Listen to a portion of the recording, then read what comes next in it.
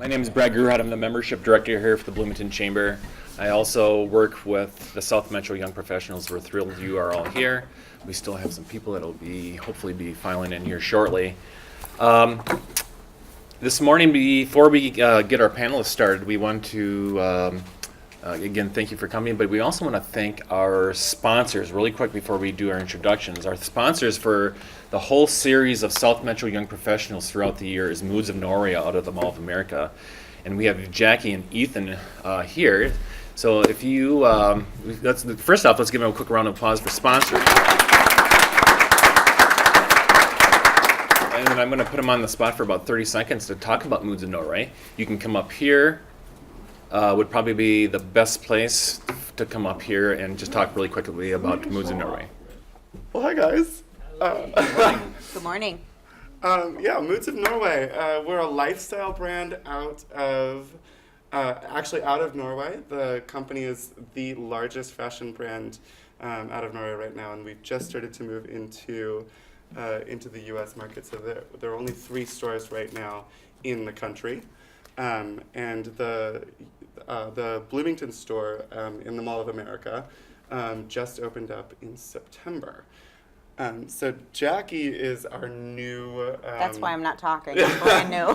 Jackie's new too. So I've been teaching Jackie, and Jackie's been teaching me a lot because I came into Moods of Norway just really excited about the brand. We're known for being a little flashy, but also being very classy. So all of our suits have a couple flashpoints, but not all of them are bright red, white, and blue plaid, but most of them will have some sort of inside flash of pink or something fun on the inside. But another thing that we are very excited about, especially with the Bloomington Young People's Association or Bloomington and South Metro Young Professionals Group, is specifically that we do have great suits, and we're going to make you look good. And we also can run alterations, which I always need because, as you can see, I'm kind of long and lanky and awkward. But this is one of those first companies that I felt like I could also get great clothing that will fit and can be altered to fit, so I can always get the sleeves taken out. The company also believes very much, as well as I do, that that feeling good is also about being able to start great conversations, which a lot of you hear in networking. And as an actor, I understand networking. That's always what we're doing, and sometimes the best way to start that is by having a couple little touches on your clothing, or being able to pop out a little bit of the inside silks. So I think that's been a lot of fun for me coming into it. Jackie, I mean, is there anything that I missed that you want to talk about? Well, I mean, obviously brand new to the area, just exposure of the brand. I'm excited to come on board. I'm obviously not Norwegian. However, I'm learning tons about the culture, and I think that's the biggest thing for me, is that the client base is very rich in heritage and culture, and that's what I love about it. I'm in retail. I'm one of those crazy people that will never come out of retail because I love that my job is different every single day based off of the people that walk in my business. So coming into a brand that's brand new to me and being able to embrace it and try to grow it. I'm brought here to expose the business, to grow the business. That's what I do really well as a professional. So I think, I can agree with, I see a lot of realtors and everything. Everything's different for you guys every day as well. So I know we kind of can touch a little bit on that. But I guess I'm just excited when I found out that we were part of, sponsoring this group. It was really exciting to me because as I've always been with other brands, I've always wanted to do this. And the biggest thing I think for me is that we're a small corporation and I have a lot more power, being so that they're brand new to the States. I've worked for J. Crew, I worked for Gap, I worked for the big corporations that don't allow us these relationships. And this is one thing that I'm proud to be able to do. So I'm excited to be here and be a part of it. Thank you.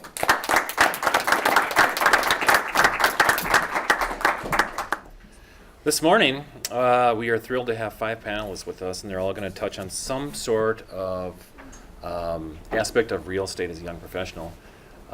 So what we're going to do is we're going to give each of our panelists 5 minutes to kind of talk about their end of real estate, or how they work with real estate.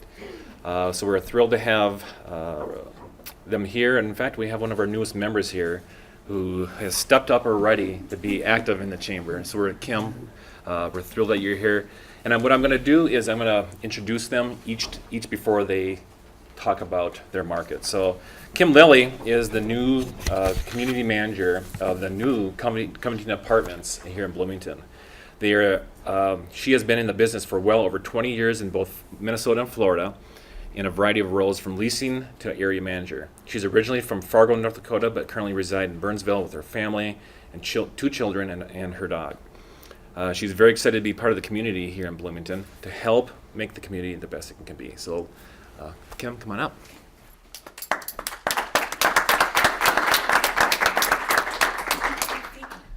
Well, good morning.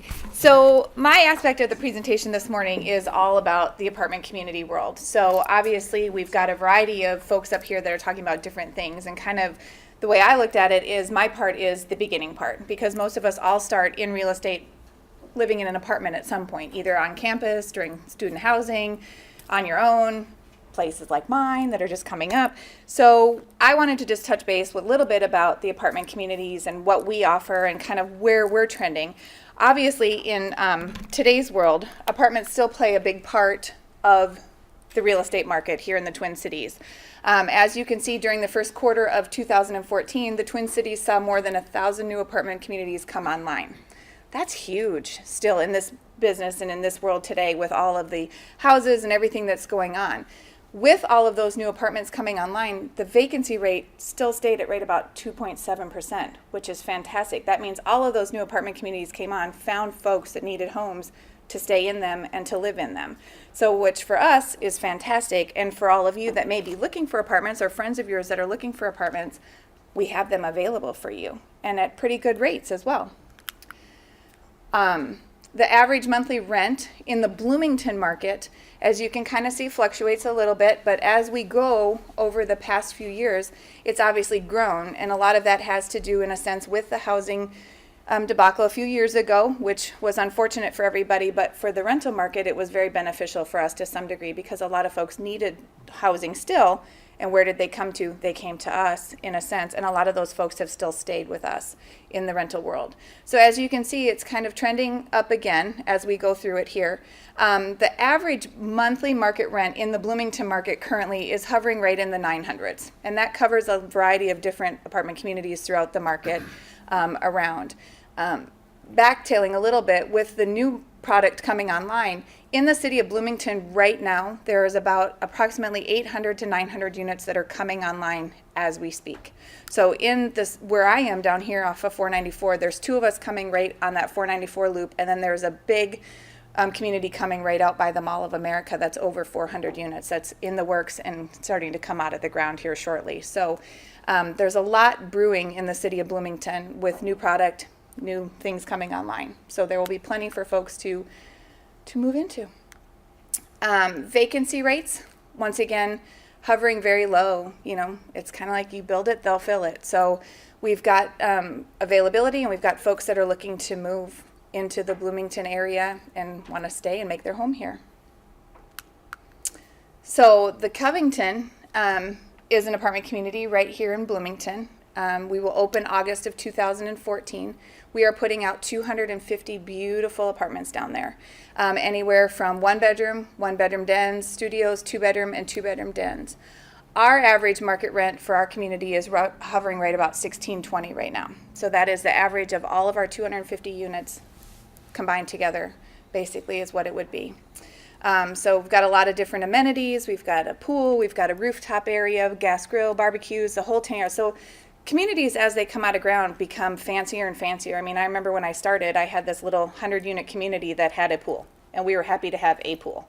And now you have everything under the sun, from concierge service to, you know, shuttles to and from the airport to dry cleaning service. I mean, pretty much you're living in a resort to live in communities now that are coming out of the ground. And to stay competitive, you have to offer those services to the residents that move into your community.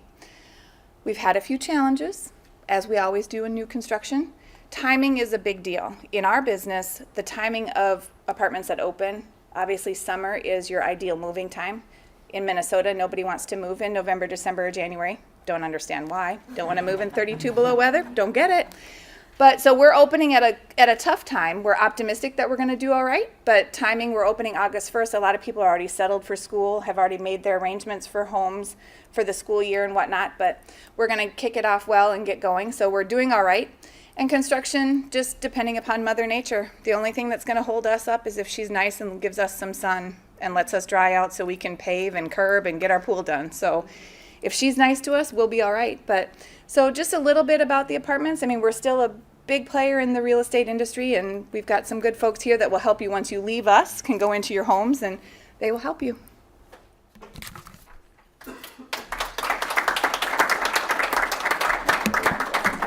Thank you, Kim. So, Steve is our next presenter. Steve sits on our board of directors here.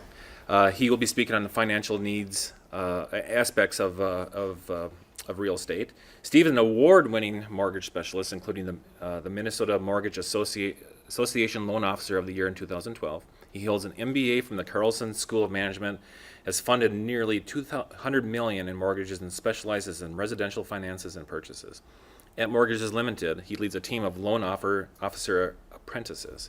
He has been a Bloomington Chamber member since 2010 and on the board of directors since 2012, and he's the co-chair for the South Metro Young Professionals. So let's welcome Steve Furlong.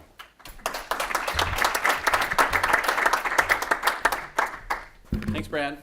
So it's really difficult to figure out what should I talk about. There's so much to do with finance and real estate, and as everyone in this room knows, I single-handedly took down the entire economy in 2007. So what should I talk about? Maybe I'll just touch on some of the financial aspects of owning a home. I thought would be a good topic for a young professional. Why would you want to buy a house when you can rent a beautiful place with a pool and all those other different things that Kim talked about? Why would you want to take on having to maintain that house and mow the yard, and I've already mowed twice, and why would you want to do that? But the underlying financial benefits of homeownership have been the same since the beginning of the housing meltdown to today. And the primary benefit of homeownership over the long term is equity in that property. Now, if you purchased a home like I did in 2004, you wouldn't have the same equity as if you purchased a home in 1994 and you sold it in 2004. But if you're considering owning a home for that purpose alone, you have to look at the long term. And over the long term, home ownership has provided a good return on equity. A lot of baby boomers now who are retiring have that equity in their home. They're planning on using that for retirement. Another financial benefit of home ownership is the tax deductibility of the mortgage interest, of property taxes, and of mortgage insurance. And you don't get those tax deductions being a renter. So those are one of the other primary financial benefits of owning a house. You do have the risks, though, that go along with that. Anytime you have an investment, there's always risks. And of course, what is the equity position going to be at the time when you go to sell your house? You don't know that. It's an unknown. So you have to plan for that. And I think that's what happened. A lot of people, again, like me, my personal story in owning real estate, when I bought my house, I thought I'm going to stay there for 2 or 3 or maybe 4 years and then sell it, make this huge profit like everybody was doing at that time, and then buy a bigger house. But Bloomington kind of has a way of growing on you, and I decided to stay. And maybe I should have left in 2007, but I had no way of knowing that. And so that's the biggest risk, I would say, of owning a home, is what is the future value of that house? Of course, there's 100 other things too. What happens if you buy a house and the furnace breaks, or you find a sinkhole in your backyard? What do you do? And there's costs associated with that. The other part about buying a house is, what is the cost? What is the monthly mortgage payment and the maintenance and utility costs as compared to renting? And that's a decision that if you have to live somewhere and your parents' basement is not an option, either you have to rent an apartment, or you rent a house, or you get roommates, and or you purchase a home. And so, what is that monthly payment? How do we figure that out, and what factors change that? And the biggest one is interest rates. So I'll take the last just a quick minute here to talk about interest rates. How many of you remember from finance class what a risk-free rate is? I thought so. So I get the question a lot, where are interest rates going? And this is probably going to have the number one impact on your monthly housing cost, the change in interest rates over time. Minnesota Housing says that I think it's like 70% of new home buyers would reconsider buying a house if interest rates went over 5%. Now, we're young professionals, but looking around the room, there's probably someone in this room that remembers when mortgage rates were over 10%. Obviously, that has a huge impact on what your mortgage payment would be. So where are interest rates going? The bottom line is the 10-year Treasury bond yield. And the yield is like an interest rate. It's the amount that an investor would expect to get as a return. An annual percentage rate on a mortgage is a yield as well, because a mortgage is a bond. And so you can see the blue line is the Freddie Mac average mortgage rates over time, and you can see how the 10-year Treasury yield bond directly impacts mortgage rates. They're very closely related, minus that period from 2007 to 2009 when there was a wider gap, and that's because at that time mortgages were more risky for investors because of all the defaults. But generally speaking, mortgage rates follow the 10-year Treasury bond yield very closely. And the biggest thing that impacts that, especially lately, is unemployment. And so the gray line, unemployment since 2010, the U.S. unemployment rate has been going down, and because of that, the 10-year Treasury yield has been stabilizing. So as the economy improves, that's an upward pressure on rates, and so you would expect to see that as we make our economic improvement here, that interest rates will probably increase, and that of course would increase home ownership costs. So hopefully that wasn't over the top.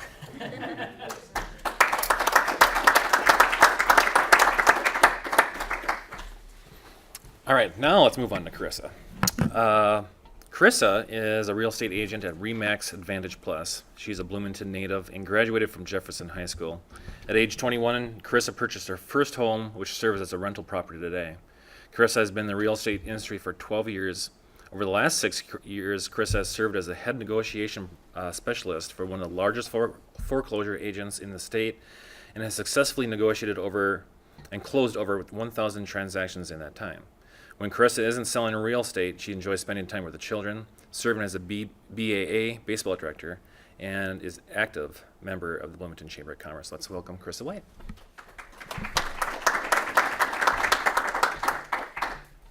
Thanks for the glowing review, Brad. It's almost like I wrote it myself. Before we get started, I just want to give you guys a little heads up. I might talk a little bit fast. I think it might be in my blood. I might be Micro Machine's daughter. So, anyways, I'm here to talk to you today about residential real estate. Number one question any real estate agent gets is, when is the best time to buy? Anytime you ask a real estate agent when the best time to buy is, they're going to say now, right? That's just typical. Realistically, the best time to buy was probably 3 years ago when rates were at 3% and values were 25% below what they are today. So now that we're seeing that appreciation of 10% last year and anticipated appreciation of another 7% this year, today might be the best time to buy. But what plays into that? Obviously, your current situation would play into that. If you're renting, can you handle, is your lease up? Do you have a month to month? Do you have a 60-day notice that you need to give? So timing will definitely play into that fact. If you own a home that you need to sell, what's most important to you? Getting the most money for that house that you have, or finding your next dream home? Timeline for ownership.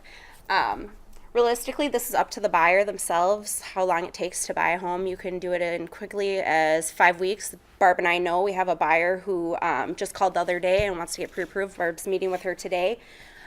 She needs to be out of her house July 1st. Is it doable? Yes. Is it recommended? Absolutely not. Pre-approval process, it'll take a couple hours with Barb today, talking over everything, teaching her everything. It's a first-time home buyer. Searching is really what's going to take the longest portion of the process. You could search for 1 day if you want. You can search for 2 years. I've had clients who've bought the first house. I've had clients who've purchased, the 100th house that they've seen. So it just really depends on your comfort zone and how many houses that you need to see. Writing and negotiating the offer, probably takes about an hour to write the offer, and then negotiating it out could be, we could have an accepted offer in the same day, or if we're dealing with a bank, it could be 10 days before we hear back from the bank. Inspection, you definitely want to get your own inspector. If you're lucky enough to buy a house in Bloomington, Minneapolis, you'll have like a sneak peek. They have their own city inspection, so that'll be kind of like a cheat sheet of what's going on with the house, but you definitely want to hire your own inspector. The loan approval process, once we get everything negotiated out with the inspection, if there's any major issues, it'll take probably 30 days, and then you can close and be in your new home. All right, the next portion, I'm going to give you guys some tips on buying residential real estate. North versus south, I'm talking about the river basically. North of the river, Bloomington, Eden Prairie, Edina, south of the river, Savage, Shakopee. There's pros and cons of living in both areas. Pro of living in Bloomington or north of the river would obviously be location, location, location. Number one rule of real estate, right? However, prices are actually appreciation has gone up in Bloomington 12.5% this year, or in the last year, and in Savage and Shakopee under 10%. So appreciation value is going to be better in the north versus the south. However, if you can work from home and you don't have to commute 2 hours in a snowstorm across the river, then living in Savage might be a really good option. You're going to get a newer house. You're probably going to get that third stall garage that most people want. Okay, finding a deal. This is actually a house that I sold earlier this year. This wasn't my listing. It was a competitor's listing. It had been sitting on the market for 6 months. They overpriced it at $260, and then gradually staggered price reductions down to $230 when we found it. The best way to find a deal is to kind of look past these things, like the person standing in there, or like the second picture is actually an awesome master bedroom. It's huge, and it has an ensuite bathroom, which you don't typically find in a first-time starter home in Bloomington. So this is a really good deal for them. They ended up reducing it down to $230. We kind of lowballed them at $210. They accepted our offer, and they paid closing costs for us. There was a foreclosure down the road that was actually listed and priced right off the bat at $230, and it sold for $230. So my clients walked into equity. The 80-20 rule is, again, looking past this kind of stuff, if you can. You're never going to find the perfect house. It doesn't matter if you have $1 million budget, then you're probably going to want your in-ground pool or whatever else you might want. No matter what your budget, there's always going to be something lacking. So 80% of the house, and then the 20% is what you put into it and how you make it yours. Another tip would be not to wait. If you do see that house that you think is the perfect house out there, urge your agent to get you out there that day. Average market time in Bloomington right now is 40 days in the market, but that's because of houses like that have been overpriced, so they're kind of chasing the market. All the listings that I've had this year have sold in the first week because they're priced right. And that's what we're seeing. So if a house looks nice on there, it's going to sell right away. So you want to have at least a chance to get in there. So I urge you to get in there. If you can't see it, if your agent doesn't have time to show it to you that day, ask them to have a teammate show it to them, or show it to you so that you can get in there and see it, and then they can preview it at a later time if it's the right house for you. Last recommendation I have for you today is show business. We all know a real estate agent. We all know a mortgage professional. It's very important that you work with somebody who is a full-time, that they do this as their job. If they have a second job as a plumber or whatever, they're probably not going to be able to give you the best knowledge. They're not going to have the experience that you need to be able to negotiate and precede the items that you're going to need to know about. It's show business, not show friends. So that's all I have for you today.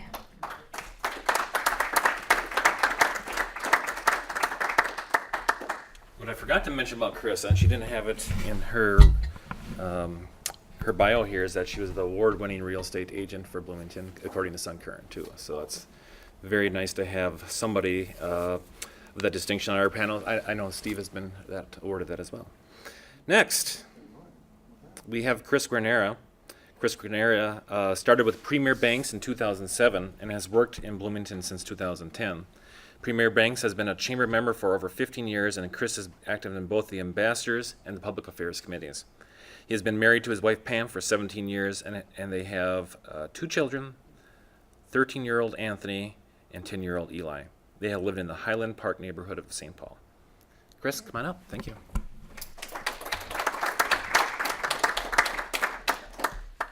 I tried to keep my intro short because I know no one's really interested in me either, interested in the rest of the panel.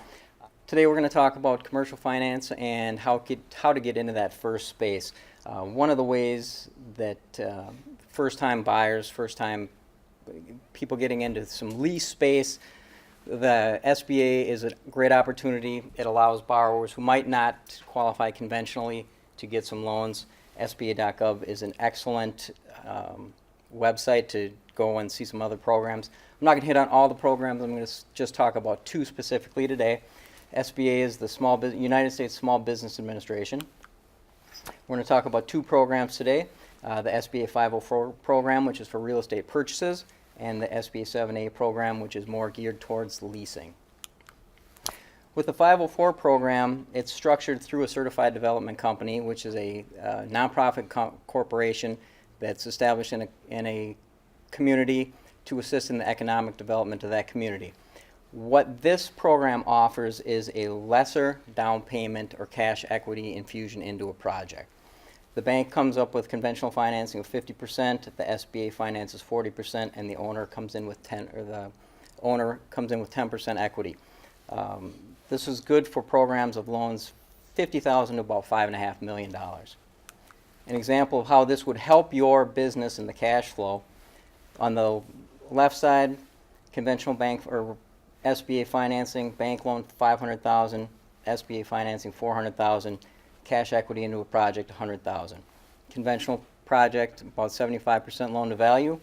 You're going to have a loan of $750,000, and you're going to have to come in with $250,000. That's $150,000 less you have to come in with the project. That's money available to help your cash flow needs and to help your business grow.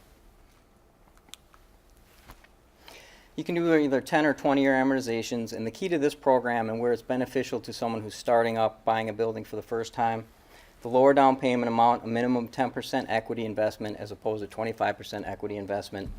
The long-term portion of the SBA part, the 40%, you're going to get a fixed rate for the entire length of that term.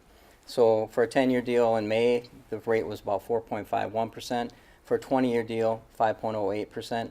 For the entire length of that loan for 20 years, you're going to have that rate, and that's a very nice piece. On the conventional side, you're probably going to have a balloon payment, which means it's going to mature, and you're going to have to renegotiate that deal, possibly at a higher interest rate. We're probably moving into a higher interest rate environment, so if you can fix for 20 years, that's a good deal for the business. This is not for investment purposes. You need to be an owner. You have to be owner-occupied, at least 51% of that property. So you have to operate a business in that location in order to qualify for this program. Now, the 7A program is more for leasing, and this helps assist startups and existing business with capital needs: leaseholds, build-outs, equipment, working capital. And this loan is actually originated through a commercial bank. The bank originates the loan, and the SBA actually guarantees a portion of the loan in case the borrower defaults. They will guarantee a portion of that loss. So the SBA offers a guarantee of 75%, 85% on loans of up to $150,000. And the SBA assures the lending institution that in case of a default, they will pay back that lending institution the stated percentage that they agreed upon. So what that does is that allows the bank to know if there's a lack of tangible collateral, that they have at least a guarantee that a portion of their loss is going to be guaranteed by the Small Business Administration. And this is for loans of $25,000 up to $5 million. The advantages of this, again, 10% equity into a project instead of 25%. That's more cash that you have to operate your business. A longer amortization period. That means if conventional financing, if you were going to do a 5-year deal, with the SBA involvement, you could do a 7 or a 10-year deal. That's going to stretch your payments over a longer period of time. That's going to be less owing on a monthly basis. It's going to, again, help your cash flow needs. And this program really allows a borrower who would not qualify conventionally to get into a project because the lack of tangible collateral is, conventional financing it's going to, the lack of tangible collateral, the bank might not enter into this. But with the SBA guaranteeing, you have a better chance at getting into that non-tangible collateral space. If you're moving into a building, as a lease, you're going to have to pay for the upgrades. However you want the space to look, you're going to pay for that. You're going to pay for the signs on the outside of the building. You're going to pay for the shelves. You're going to pay for the desks. You're going to pay for all that. This program helps you get into that because the bank knows if they're going to take that back in case of default, that's not a lot of value there. But with the guarantee, they'd be more likely to enter into that transaction. And another benefit is $150,000 or less, there's no SBA guarantee fees on the front end of that. And with that, I will turn it over to our next panelist.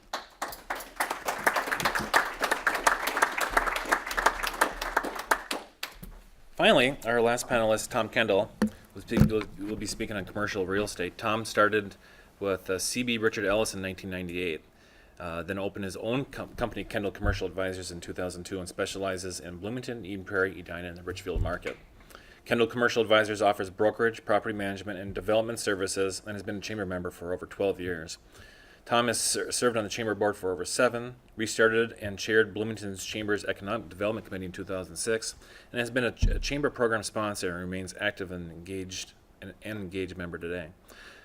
Tom offices in Bloomington near 90th and Normandale. Tom has been married to his wife Carrie for 16 years and have four daughters, 19-year-old Courtney, 15-year-old Megan, 13-year-old Nicole, and 11-year-old Amy, and 2 awesome canine companions, Hannah and Juno. Also, Tom is one of the probably very active in Heritage Days, so which is coming up on September 20th. So welcome, Tom Kendall.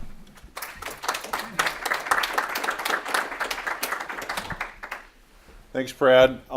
So we start with the more understandable real estate and we trickle down to the most complicated and expensive. With commercial real estate, I'm just going to kind of give you an overview and kind of a 101. And maybe the acumen of some of you guys, this is a do-over, but I thought I'd just start with the basics. And that is, what's important to understand with commercial real estate is the market cycles, just like residential real estate, the commercial market cycles as well. It's typically a 6 to 9 year cycle. And like residential real estate and homes, commercial real estate's a commodity. There's only so many buildings. I've been in a market where there were 7 buildings for sale in Bloomington, and now we're in a market where there's over 70 buildings available in Bloomington. So just to give you an idea of how that can swing, and of course the prices swing the same way. So when you rent or buy in the cycle largely determines your fixed occupancy costs.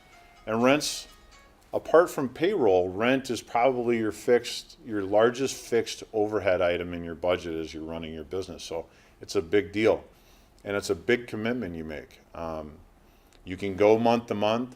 You can do a 3-year deal, like in terms of a lease, but you don't really start accruing a lot of the benefits that go with leasing and making that longer term commitment to the landlord until you get kind of into that 5-year and 7-year, and then you really start rolling up some benefits, many of which I won't go into today, but just suffice to say timing is key.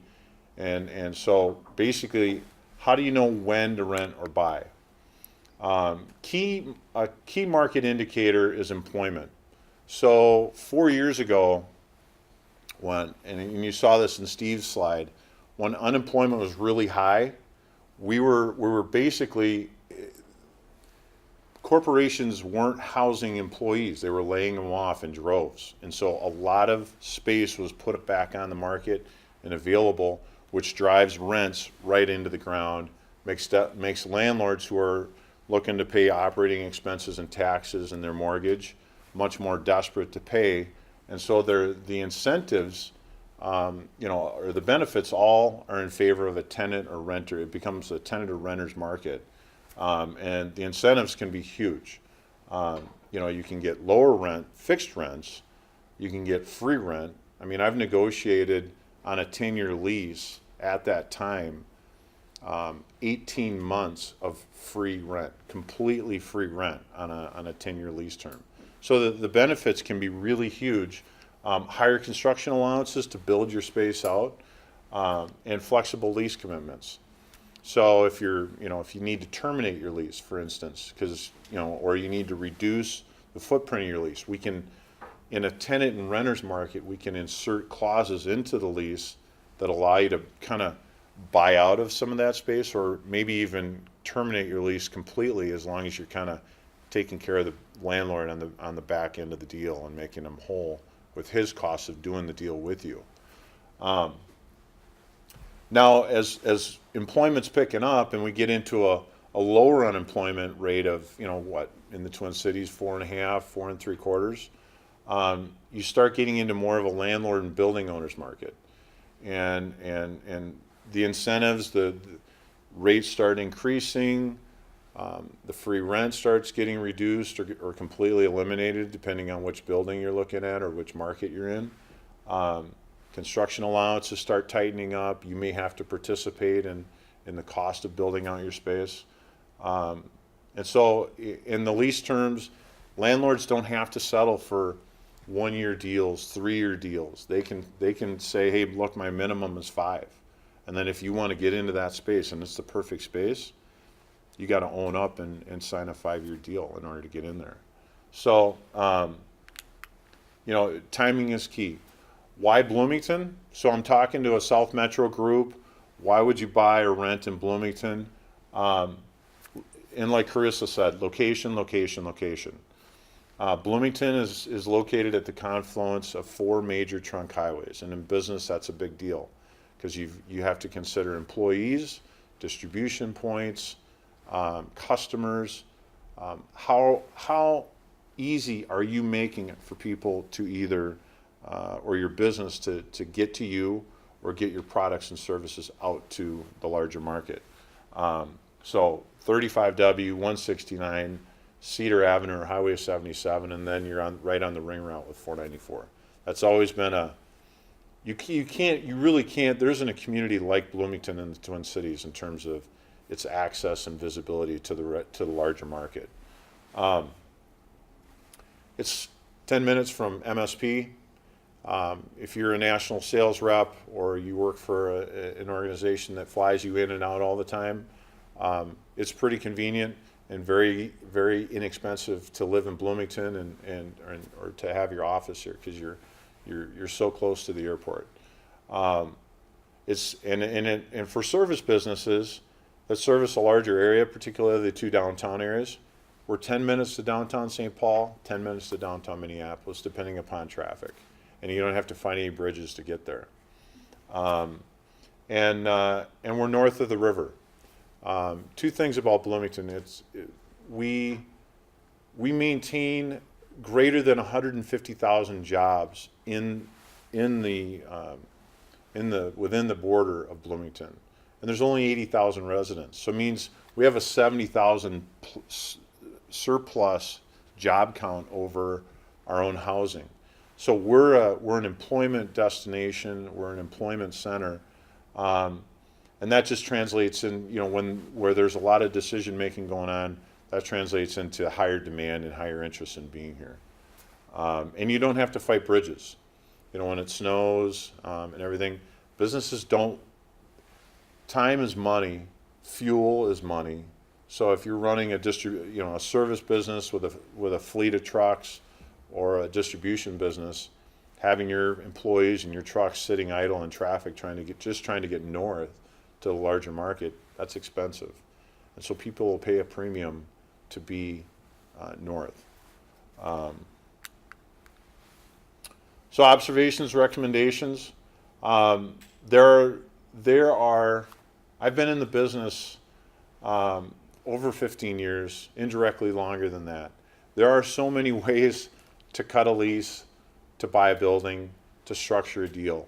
I really suggest when you're in a position and you're ready to start making decisions on where you office or whether you want to buy a building, you really need to seek out the advice of a professional broker. I've seen some people get hurt in real estate. It's not something you just pick up your phone, dial your broker, and unload quickly like a stock. There's value to that, to real estate, that's different than stock, but it is non-liquid. And so it's important to work with a professional that understands the market, understands its strategies and the costs of getting into the deal, the timing, financing, everything. And I suggest you work with a broker. But that's it. Thank you.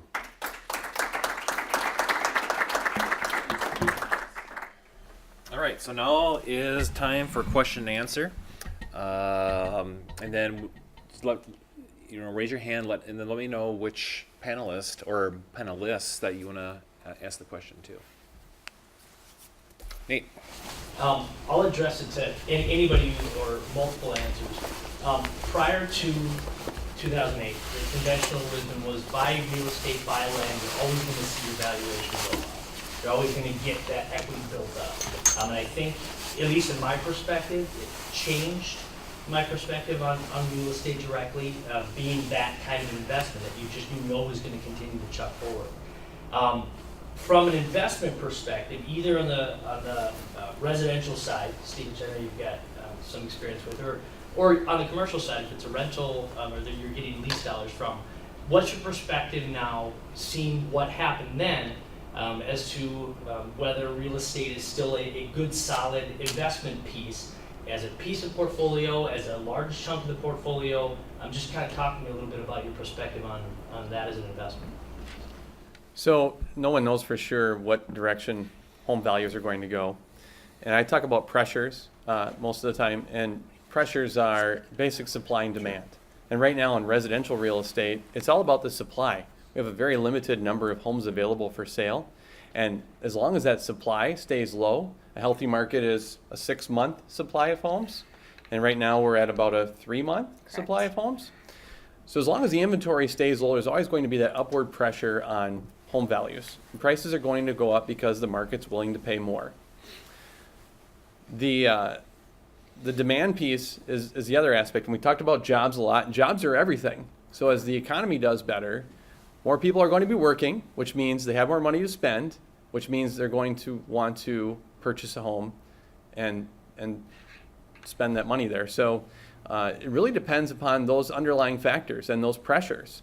If you have economic uncertainty, if the things in the Ukraine keep doing what they're doing and making people nervous about buying a home, then the demand goes away, and thus prices would fall, or we'd see inventory increase. So it's all about the pressures.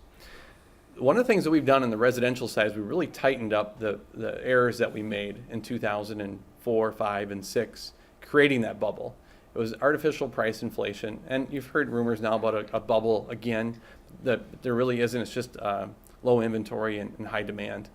But we don't freely give out mortgages like we used to. You have to have more than just a pulse and a social security number. So those things that happened to create if you look at the last 50 years, home values consistently, for the most part, increase over time. So if we take away those errors that we made in 2006 and 2007 to create the issue we had in 2008 and 9 and 10, hopefully we won't have that again. But look at the underlying factors, the pressure. Look at the overall economic indicators. That'll give you a good idea where property values are going. From a commercial real estate standpoint, I'm a bit of an evangelist in terms of commercial real estate and investing in it. There are so many benefits to owning commercial property and investing in that direction as opposed to necessarily a security. There isn't a bank because real estate has a residual value, no matter what. Land and buildings are worth something always. That's not true of stocks. Arthur Andersen goes out of business. Poof, your stock receipt that you're holding for Arthur Andersen isn't worth anything. It's gone. So real estate always has a residual value. With commercial real estate, you can depreciate income and sort of shelter income from taxation, or write down your taxable income through real estate. You can, banks will loan you, money against real estate. You can't buy stock. No bank's going to loan you money to buy stock necessarily. You know what I mean?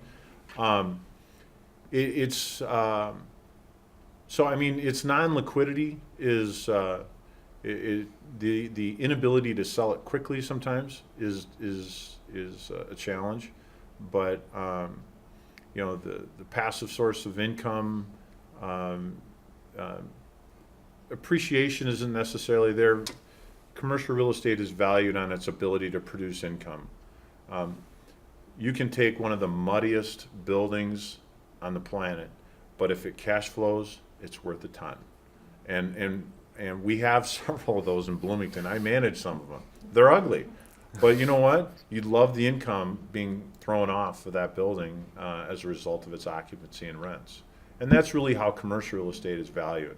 So there is timing, as we talked about, and there's timing with real estate because it's a commodity and it cycles with the market. So, you know, it's this, I'm a subscriber to the KISS theory. Keep it simple, stupid. Look at where you're at in the market in terms of, it's just as simple as buy low, sell high. If you're nearing, you know, in 2007, we saw escalations in the cost and price of real estate that were just unbelievable, and they were. And if the bottom fell out, and a lot of people got hurt. So don't be that guy, I guess is the best advice. Great. Molly? My question is for Chris. You mentioned something about hiring your own inspector. I know when I bought my house, we went with someone that she actually recommended for us. In hindsight, looking back, during our final walkthrough, we actually found something that, was going to prevent us from buying the house, and something that we thought the inspector should have definitely caught. So our realtor actually ended up just cutting us a check out of her commission to cover the cost because we kind of wanted out at that point. I know it's obviously not the most ethical thing, but is it common to see, realtors and inspectors kind of in cahoots, so to speak? And if that is the case, do you have any advice for maybe a more naive first-time home buyer on how to not get burned, different things that realtors do that are unethical towards the buyers? It's a loaded question.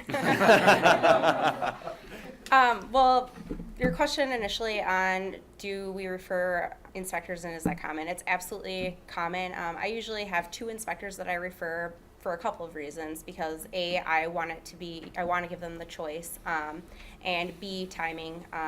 It could take, with this market, we're crazy busy, inspectors are crazy busy. If we have a 5-day inspection period, our inspectors might be booked up and we might not be able to use them.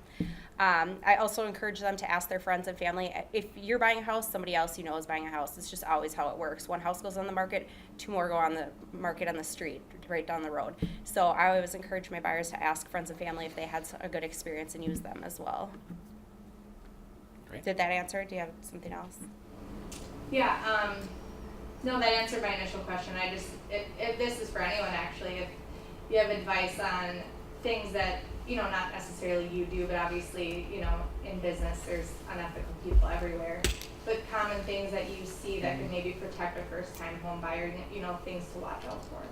Well, it kind of goes back to my last point of going with somebody that has been in the business for a while, but it's also somebody that you trust. I mean, most people have an initial feeling about how they feel about someone, whether it's they trust them, they give them the willies or whatever.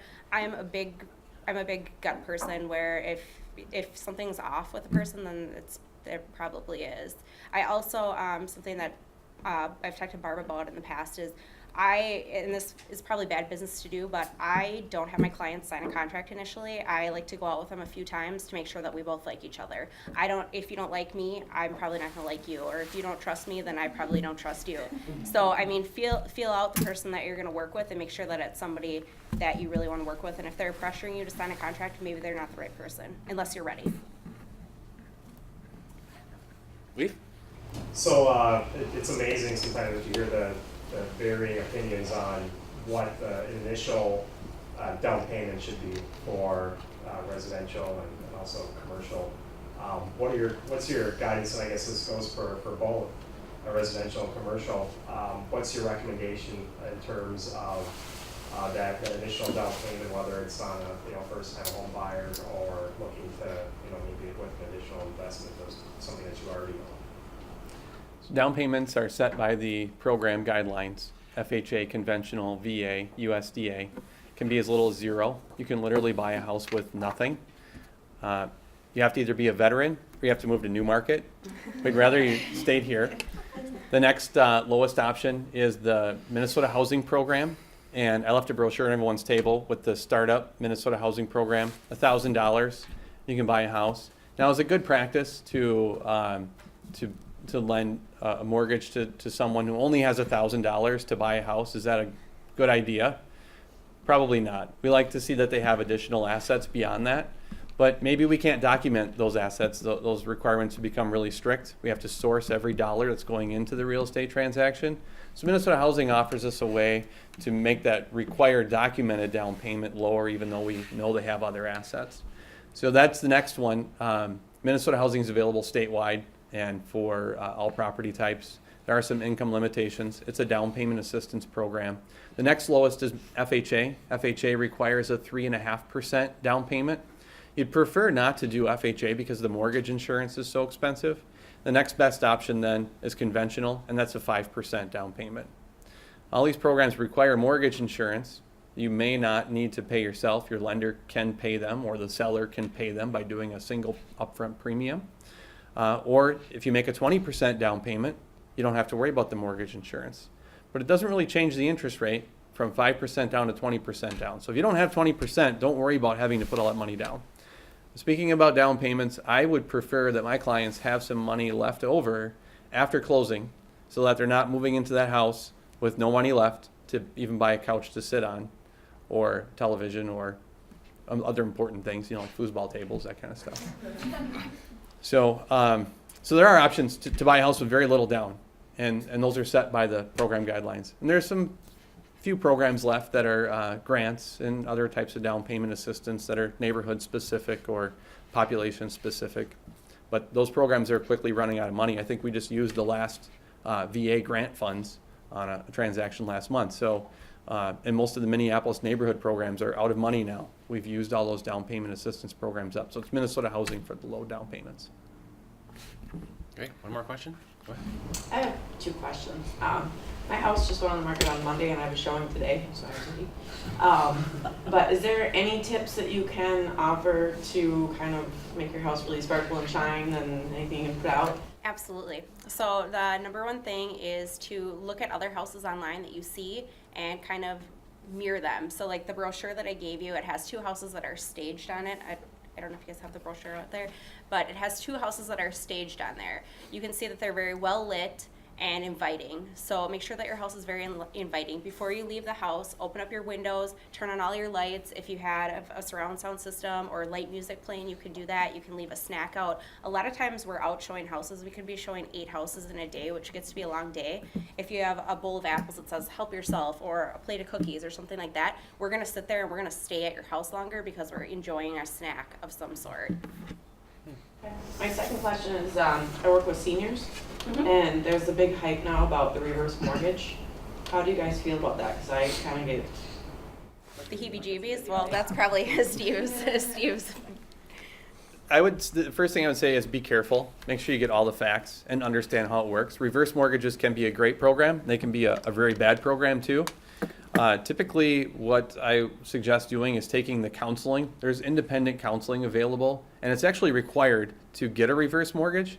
To take that, because you get an independent third-party opinion, and just make sure you understand all the details. And 2, if it's your parents or your grandparents that are thinking about doing this type of loan, go along with them and help explain the brochures and walk through the information. It's really important that you know exactly how that program works and all the details, and there's really isn't enough time. But if you want more information, feel free to reach out to me and I can guide you to the counselors that talk about the details. Great. Looking at my phone, we do have time for one more question. Go ahead, Sam. This question is geared more towards Tom, someone who is coming out of college, who has a lot of debt, who wants to be a broker, but is not reality. I mean, you're an independent contractor, there's no income coming in.